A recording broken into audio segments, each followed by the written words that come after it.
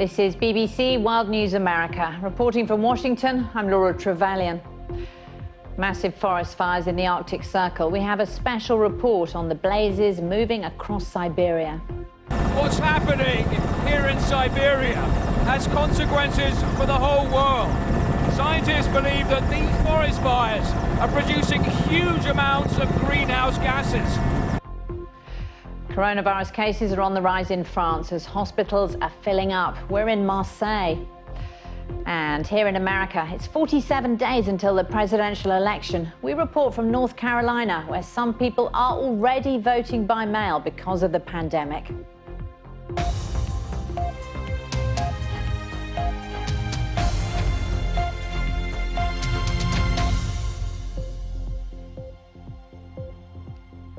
For all of you watching on PBS and around the globe, welcome to World News America. The United States has been seeing devastating wildfires ravage the West Coast. But tonight we report from the Russian region of Siberia, where fires are also raging, as an unusually hot and dry season there has left the Arctic forests vulnerable. Our correspondent Steve Rosenberg and his crew are the first foreign team to be allowed into the Yakutia region. Here's his report. In Siberia, they call their forests the lungs of the planet. If that's true, our planet's in big trouble. We were given a bird's eye view of a climate emergency. From the air, Siberia's forest fires look like Armageddon. A heat wave has been fueling them, and they're releasing record amounts of carbon. And because of the vastness of Siberia, fighting them is incredibly difficult. This region alone, Yakutia, is 13 times the size of Britain. What's happening here in Siberia has consequences for the whole world. Scientists believe that these forest fires are producing huge amounts of greenhouse gases that are changing the climate of the planet. Russia has 1/5 of the world's forests. If they're burning, the fallout is global. For a closer look, we switch transport and head into the Siberian taiga with the forest rangers. It's slow going. This is a real Siberian forest path. Not easy to get down. It's going to take us a while to get to the fire.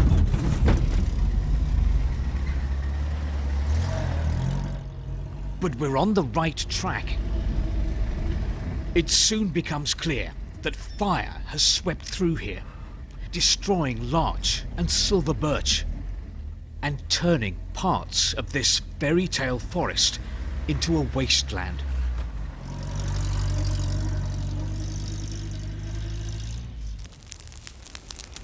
When we catch up with the flames, the forest rangers do their best with what they've got. But no sooner is one fire out, another sparks. It is Siberia's equivalent of David versus Goliath.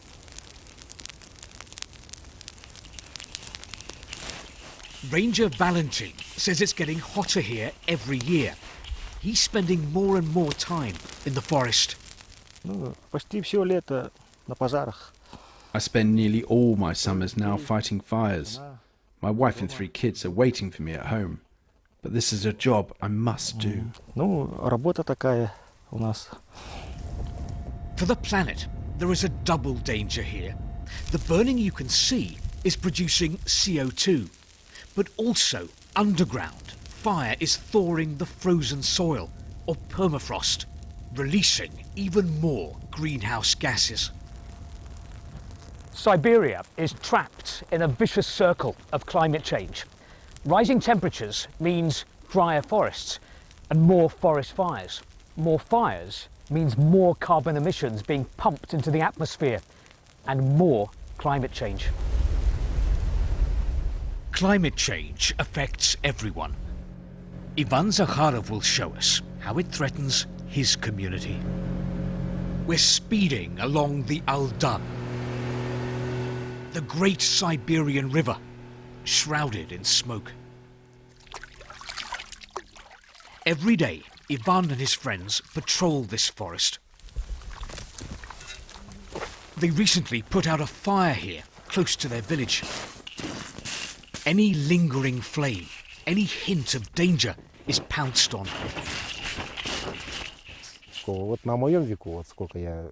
I don't remember a summer like this.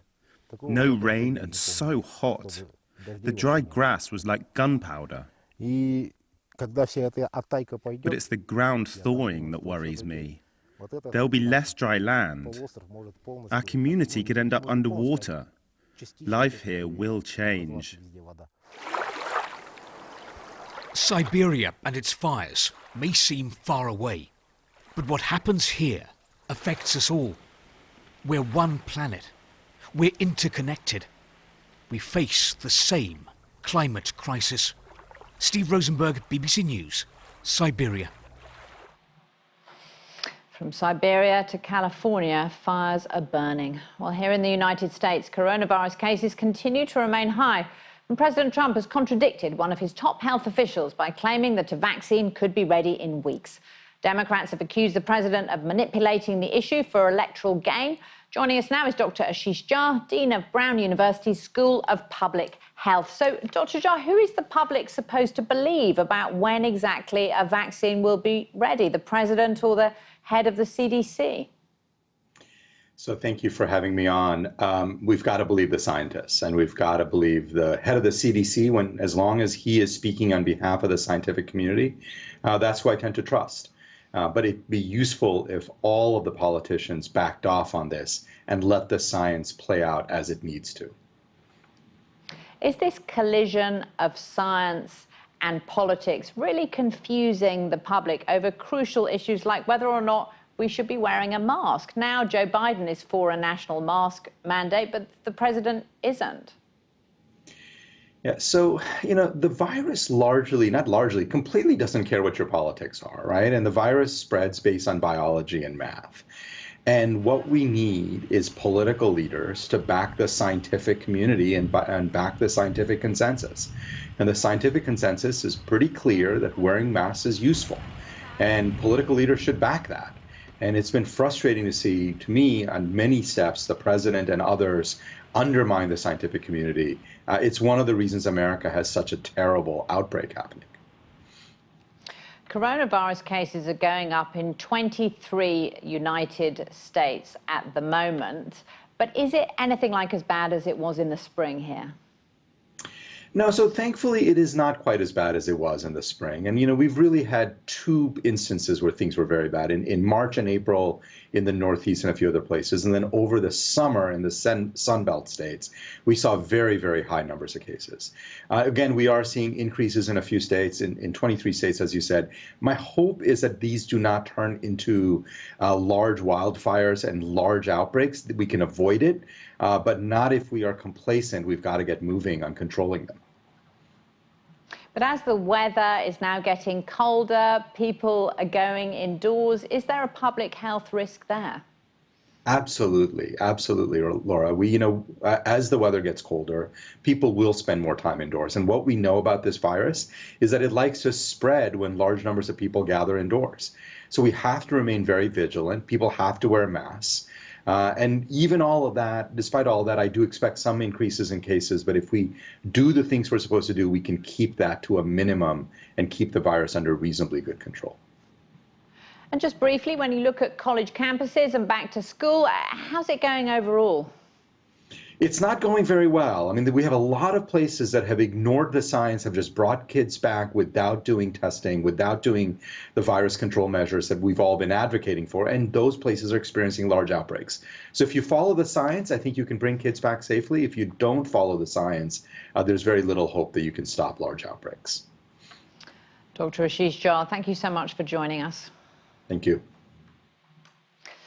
Well, because of the pandemic, more Americans are planning to vote by mail than ever before, and millions of Americans are already able to cast their votes in the election. I've been in the key battleground state of North Carolina, where the first ballots were sent to voters nearly 2 weeks ago. making it the first in the nation to vote. Welcome to New Hanover County in Wilmington. This affluent suburb, which typifies the American dream, voting by mail is the new front line in the battle for the White House. This election is underway, and Catherine Hedgepeth of the League of Women Voters already has her ballot paper. I have asthma, so I am somewhat physically compromised. Knowing that I have a way to vote without being in a crowded place that makes me uncomfortable is very, very encouraging. These mail trucks in Wilmington are going to be working overtime this election season. North Carolina is one of many American states that have expanded early voting because of coronavirus.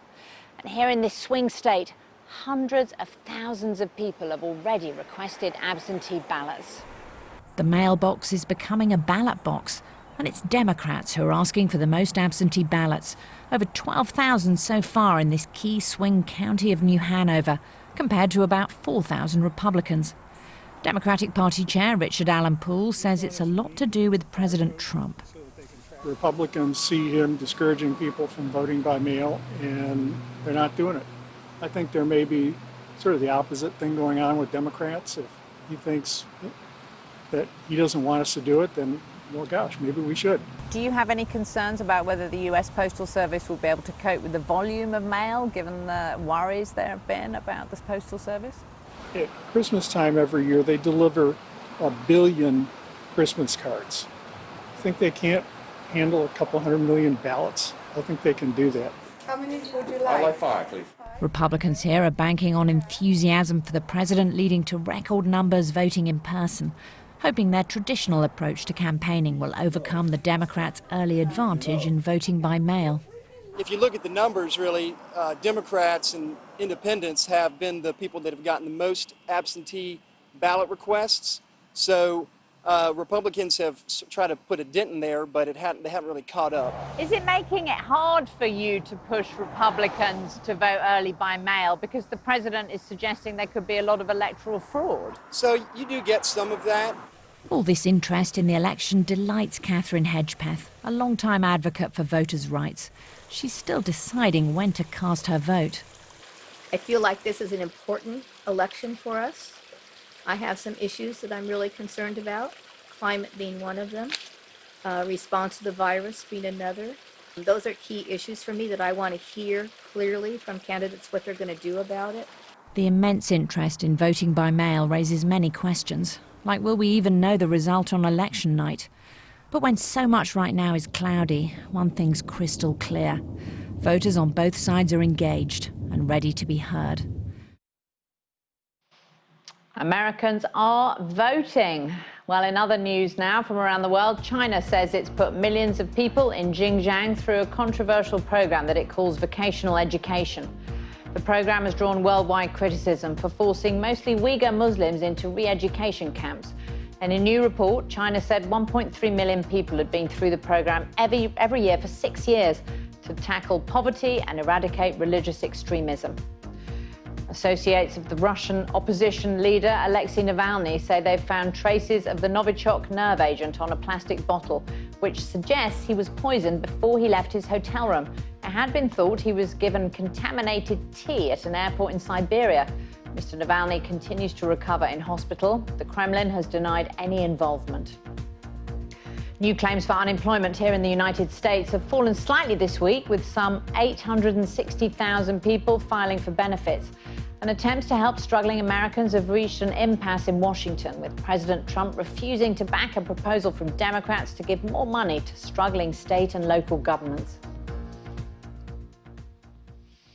France is seeing a steep rise in coronavirus infections. The boss of public hospitals in Marseille says they're nearing saturation as admissions continue to rise. With only a handful of emergency beds still available, patients may have to be moved to other regions. Our correspondent Lucy Williamson reports from the intensive care unit of the city's main hospital. Marseille's main intensive care unit has become a changing room again. Familiar routines resurrected for a new wave of COVID patients. This time it's a 65-year-old man on life support. They're putting a camera down his throat. One of the riskiest jobs, The ventilators on their suits purify the air inside their masks. These are the patient's only visitors. His wife calls for news once or twice a day. She's not allowed in to see him. Now it's becoming very disturbing because we are split between the desire to treat the patient, of course, and the best as possible, and also to treat non-COVID patients in the appropriate way. That is to find ICU beds, to have surgery, to manage trauma patients, and so on. So it's very difficult to manage. Marseille is the epicenter of France's new COVID crisis. The director of public hospitals here says the system is nearing saturation, with only a handful of intensive care beds left and 100 extra staff recruited in the past week. This ICU, Marseille's biggest, is now almost full. The nightmare for units like this one is a sudden rise in the rate of infections. This hospital is sending 2 COVID patients to intensive care each day. A sudden spike would overwhelm them. Rates of infection in Marseille are now twice that of Paris. Over 10% of those tested here are positive.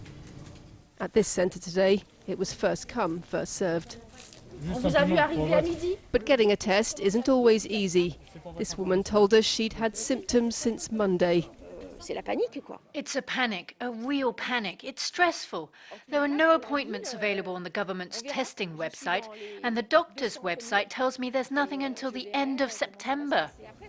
The government admitted today there were bottlenecks in major cities, despite a new system that's meant to prioritise care workers and those with symptoms or contact with cases. The rules in Marseille are becoming stricter by the week. Groups larger than 10 are now banned from beaches and parks. The price of a post-lockdown summer when thousands mingled here together. A summer that swapped isolation for infection, now sending its waves out across France. Lucy Williamson, BBC News, Marseille. Concerns rising now in France about coronavirus again. You're watching BBC World News America. Still to come on tonight's programme. A perilous journey for migrants trying to reach Europe. The BBC has given exclusive on-board footage from one of the boats rescuing them.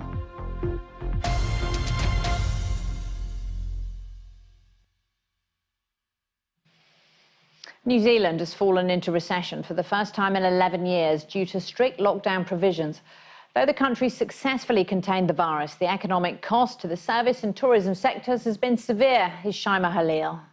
The success that New Zealand had in limiting the number of COVID-19 cases did come at a big economic cost, and we're seeing it in the economic drop, but we're also seeing it in the thousands of jobs lost in industries like retail, like hospitality, the lucrative tourism industry that you have mentioned, and also trade, all coming to a standstill. Remember, as a result, the government is spending a huge chunk of the country's GDP on stimulus packages like wage subsidies.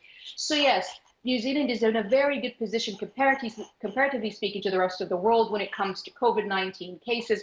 The flip side of that is an economy that is struggling at the moment and is going to continue to struggle for a while before any signs of recovery.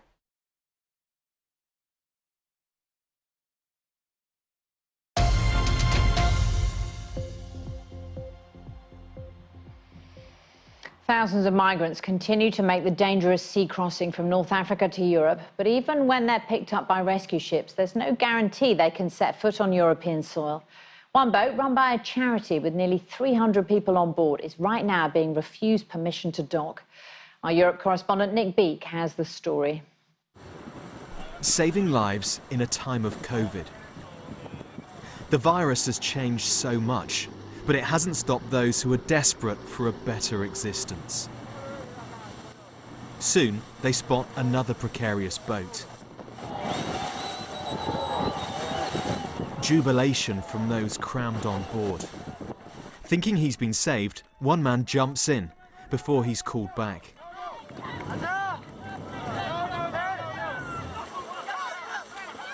But there is a lifeline for those who feared this day could be their last. Many others will not make it. It was 5 years ago that Europe's migrant crisis exploded, More than 3,000 drowned in 2015 alone, trying to cross the Mediterranean.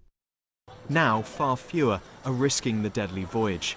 But still, charities say more than 500 people have died this year and are demanding European countries do much more. We will take a human and humane approach. And there are principles. Saving lives at sea is not optional. The problem is that Europe is split on how to tackle this ongoing crisis.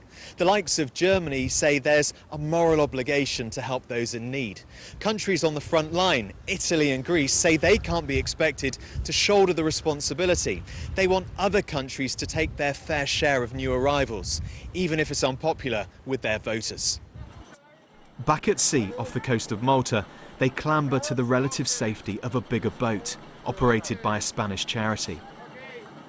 This week they've picked up 270 migrants from more than a dozen African countries. Some say traffickers forced them towards the shore. The man says we should run. If we didn't run, he will shoot us. But their ordeal is not over yet. The captain of the rescue boat says no country will let them dock. So this vessel of despair journeys on aimlessly. This ship has spent already 8 to 9 days at sea. As you can see, very bad sea conditions. The sea conditions are deteriorating by the hour, and we need to solve this problem as soon as possible. Europe's migrant crisis never went away, and the misery COVID threatens to wreak in the poorest places in Africa and the Middle East means many more may feel they have nothing to lose. Nick Beake, BBC News, Brussels. Makers of hair products in South Africa are calling on the government and shop owners there to support them by stocking more of their gels and shampoos. This comes after a dispute over a racially insensitive ad promoting products by a company which called black hair dull and dry. From Johannesburg, here's Nomsa Maseko. The politics of African natural hair once again in the spotlight. It all began with a racially insensitive advert which sparked nationwide protests. This is the advert. It labeled African hair as dry, dull and damaged, while an example of white hair was said to be normal. South African health and beauty retailer Clicks apologized and pulled all Tresemme products off the shelves. The shelf space created by Tresemme's departure has opened up opportunities for locally manufactured brands. Afro Botanics is one such company which makes products specifically for African hair. With the Tresemme ad coming and being flighted on the Clicks website, that was like a slap in the face. It was, I was upset. It's something that's inexcusable. No amount of apologizing will make it better. Many believe the racist advert and the subsequent apology was just window dressing, and that big corporates need to learn to communicate with black customers. The controversy has also opened up old wounds about how black people were classified under the apartheid regime. A pencil was pushed into a person's hair. How easily it would come out would determine racial identity. We are dealing with a lot as black people. We are still learning to love ourselves and love our hair. You know, I think yes, in its natural state. And if you're going to put an advert like that, to me, it says the society hasn't accepted us for who we are. The issue of black hair has riled up emotions, and this time around, it's also exposed cultural ignorance amongst industry players in the world's most unequal society. Nomsa Maseko, BBC News, Johannesburg. Now, and before we go tonight, the collection of famous landmarks here in Washington, D.C. has a new addition. Yes, Abraham Lincoln and Martin Luther King Jr. are being joined by Dwight D. Eisenhower. The memorial for the nation's 34th president is finally opening to the public. Its dedication was originally planned for May to coincide with the 75th anniversary of the defeat of Nazi Germany, but the pandemic pushed it back a few months. And now you can go and see Eisenhower. I'm Laura Trevelyan. Thank you so much for watching BBC World News America.